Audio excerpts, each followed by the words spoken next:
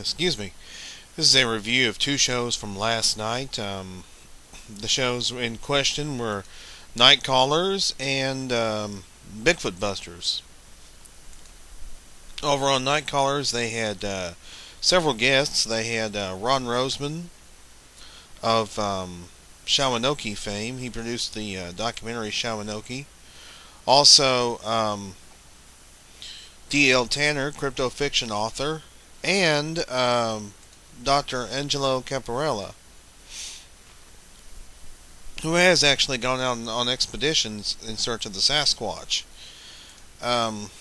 There were three very interesting guests. Ronnie talked about some of the things that he's experienced in the field, some of the ideas that, the good thing is he thinks the Sasquatch is not a big ape, because otherwise we would have had something by now if it were just a big dumb ape.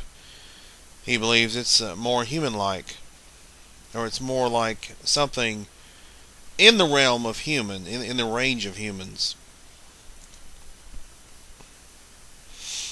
He talked about his associations with Dana Holyfield, and also with D.L. Tanner, and with Dr. Caparella. He talked about his late friend Richard Greenwell, who was the secretary of the International Society of Cryptozoology, and talked about their expeditions, being out on an expedition with Richard, also his son Darwin, Richard's son Darwin, and they talked about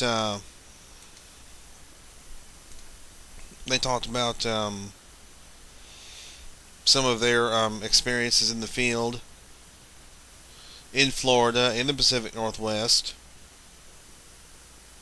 and in other places. There were some questions from the chat room. I was also a caller. I called in and I asked Ron a question. I asked Ron a question about if he was planning a sequel to Shawanoki. He said he wasn't. I asked D.L. Tanner about something referring to a videotape. Now, the videotape in question was something that was put together about the Lizard Man, the Bishopville, South Carolina Lizard Man, and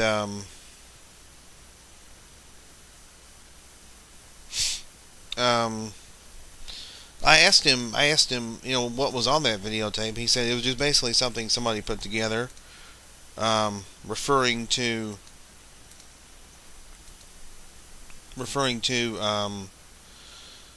just something put together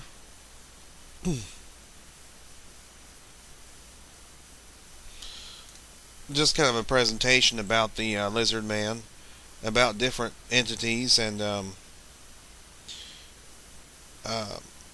DL said that he had spoken to Sheriff Liston Truesdale of Bishopville, of Lee County, South Carolina, and Liston Truesdale said it was indeed a Sasquatch-type creature that was seen by the late Chris Davis and by others. The one that chased Chris Davis in his car, interestingly enough. And but Sheriff Truesdale did not release that detail at the time, because he didn't want to. He didn't really want people to think that maybe they had a Bigfoot in the community, or a skunk ape. D.L. Tanner determined it was a skunk ape. And then I asked Dr. Caparella if he thought that there was a possibility that the ongoing DNA studies that are going on right now may indeed resolve the issue of Sasquatch without there having to be a body. He said there is a possibility if the DNA is sequenced well enough, and if it turns out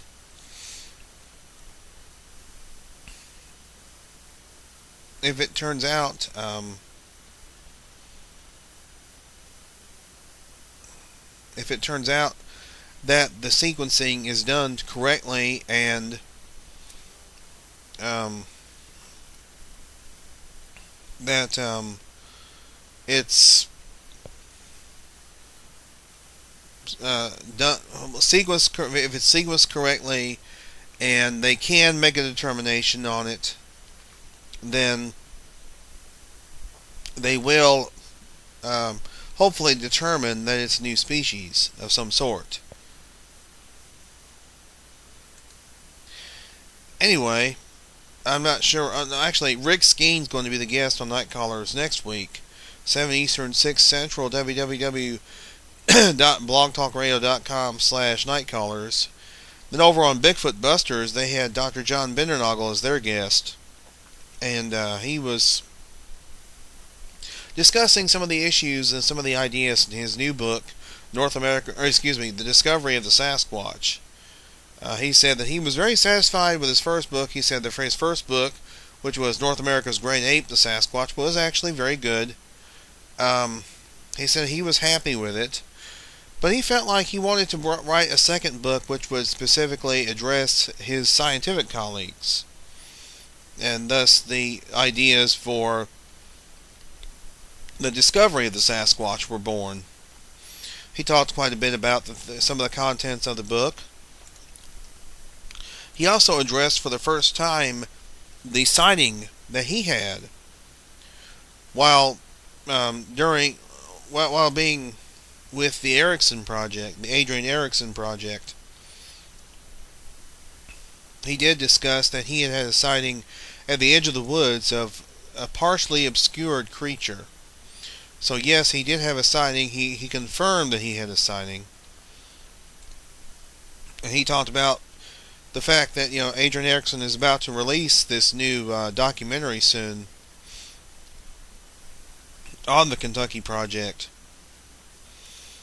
So, anyway, I asked the question. I didn't call in, but I asked the question from the chat room, referring to was there a possibility that the reason the discovery has been forestalled is perhaps because of religious pressure.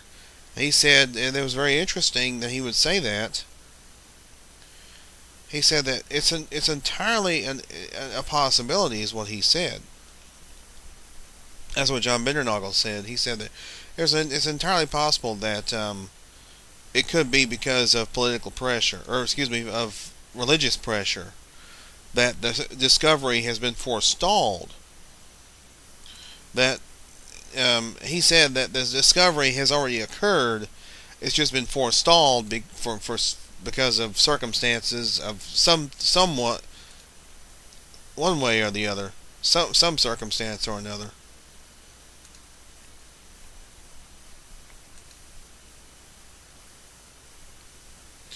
But anyway, it was a great show, and I really enjoyed it. Not sure what Tim and Chuck have planned for next week, but it begins at 9 Eastern, 8 Central, www.blogtalkradio.com/BigfootBusters. Now, tonight on MNBRT Radio, Abe and Evie will be returning, and they will have as their guest Nathan Davis, who is a researcher, has been researching for quite a while now. That'll begin at 9 Eastern, 8 Central, www.blogtalkradio.com/MNBRT. And then tomorrow night will be Bigfoot Truth and Lies at 7 Eastern, 6 Central. Don't know what Hawk and Frog have planned. But it'll be www.blogtalkradio.com/Bigfoot Truth and Lies. And then at 9 Eastern, 8 Central, www.blogtalkradio.com/Bigfoot_Quest. The Bigfoot Quest, Bob and Mike, I think, may have a call-in show, although that's what they have tentatively scheduled for right now. It may change, though. They'll make an announcement. They always manage to make an announcement and send it out to the various people through email. Anyway, that'll be tomorrow night, and as always, we do encourage you to please tune in and support great research. Oh, and one other announcement. I'm going to be doing a special pre-Thanksgiving show on Wednesday, November 24th at 8 Eastern, 7 Central. It's just going to kind of be a open mic type thing. It's also going to be just kind of discussing some of the recent developments in the crypto field. And it'll be www.blogtalkradio.com/hbms-crypto-corner. Hopefully Bill will feel well enough to join me that night. If not, I may have Darren Richardson join me. Hopefully Bill will feel well enough to join me, but if not, I understand that.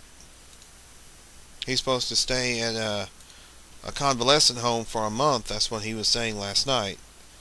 And by the way, Bill, it was good to see you back, my friend. It was great to see you back with us. And as I said, get well soon, get better soon. We really missed you for a week, and we're glad you're back, sort of. I don't mean we're sort of glad you're back. I mean we're glad you're kind of back, in that you were able to come into the chat rooms last night, into Night Callers and Bigfoot Busters. We were glad to see you, very glad to see you. But hopefully you'll be back. Hopefully you'll be with me on November 24th at 8 Eastern, 7 Central.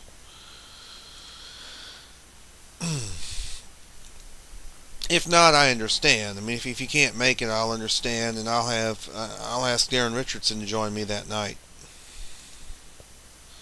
Anyway, also programming note. Of course, this Thursday night on Fact or Faked Paranormal Files, I think that's what it's called. At 10 Eastern, 9 Central on Sci-Fi, they're going to examine something called Sasquatch Sprint, which I mentioned will be a piece of video.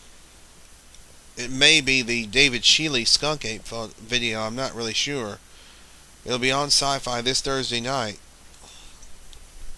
Now, I have actually John Johnson, the founder of Grendel Films, actually sent me a message on Facebook saying he had sent me a copy of Keeping the Watch 2. Bill Green actually received a copy of it himself. So I imagine that John sent one to Bill and also one to myself. So I'll probably be getting that sometime this week, maybe today. And I will watch it, and I will do a review of it here on my channel as usual. And then, of course, Strange Days with Bob Saget premieres on November 30th at 10 Eastern, 9 Central on A&E. And I don't know if they're going to examine the Bigfoot first with the BFRO, or if that's going to be an episode later down the line. But it will air on November 30th. It'll premiere on November 30th at 10 Eastern, 9 Central on A&E. Anyway, that's your updates for now. And I'm coming down to my 15-minute mark is counting down. So I will end this video for now, and we'll see you guys later.